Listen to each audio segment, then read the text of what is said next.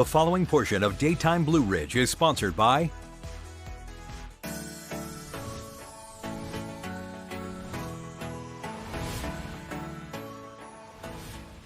In a day's drive, we are here at Bath County, and I have the owners of Rock Roadhouse Winery, Bob and Rhonda Donce. Thank you so much for having us up here at a little slice of your oasis. It's beautiful. Can you tell us a little bit about the history and what brings you here with your winery? Well, the first thing that brought us here, we were retired military and wanted to escape to the country. And we came out here and we fell in love with the Bath County people. That's what we started. And then we found this lovely old Civilian Conservation Corps building, this old schoolhouse complex, and we said, hey, it's a great place to put a winery because we're up in the mountains and it goes with our style of winemaking.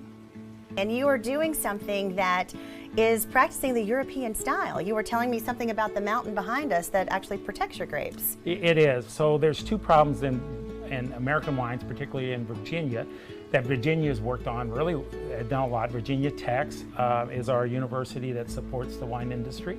But particularly in the spring, the European grapes, it gets cold in the spring, it gets warm, they bud, break, and then it gets cold and it freezes off the buds.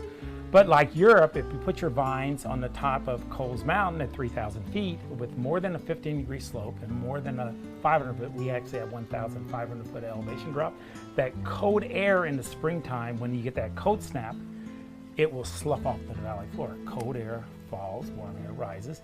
And based on the weather stations we put up, for the last 7 years, it shows that we would never have had any damage when the rest of Virginia had lost some crops. So I'm trying to test and see if this is a better or a alternative place to put grapevines. And then the biggest project is the winemaking alternate, making that more like northern Italy, about the Vicenza area.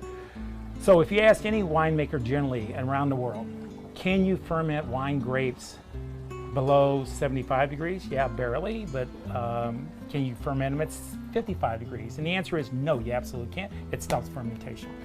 Can you ferment them in closed-top containers, not open-top? And the answer would be no, it's impossible.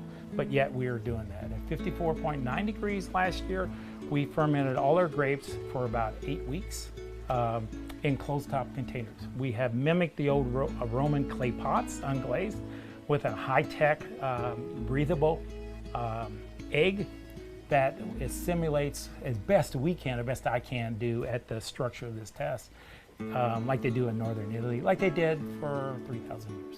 So that's kind of fun. This is fun and it's fascinating. And you've got some other areas to take us around to explore. You've got one of your smaller vineyards, there's the bottling and the fermenting room. So we'll take a look at all of those.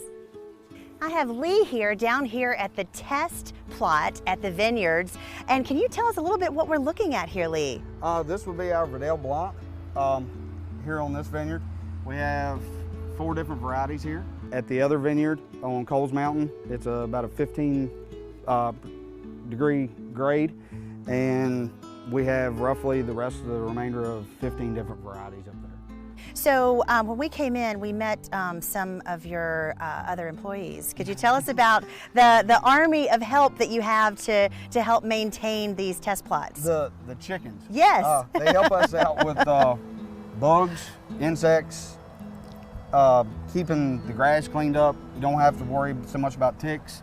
The Japanese beetles coming in, anything like that. So they do a really good job on that. And this is all wonderful. Let's head on back up and have a taste.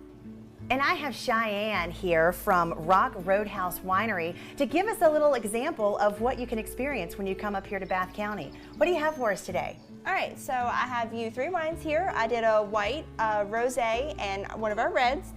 Nice. So my understanding is the name of the wine is the type of grape. Is that correct? Yes. Okay, so yeah. I'm learning here. Yeah, except for a rosé, it's 2 different grapes. Like a blend? But yeah, so Chardonnay's the grape, Merlot's the grape, and then this one has Treminette. The rosé has Treminette and Merlot. Awesome. Yeah. And the rosé is probably a really good summer wine, oh, right? Oh yeah, definitely. And do you have a favorite here? I really like the rosé. Okay. Yeah, so but I mean, you can't go wrong. They're all good. That's awesome. So they would be able to get to meet you yes. if they came up to spend a day or an evening here with you at the winery. Absolutely. I'm pretty well always here. So awesome. Yeah. Well, you don't want to miss this, folks. Come and see Cheyenne.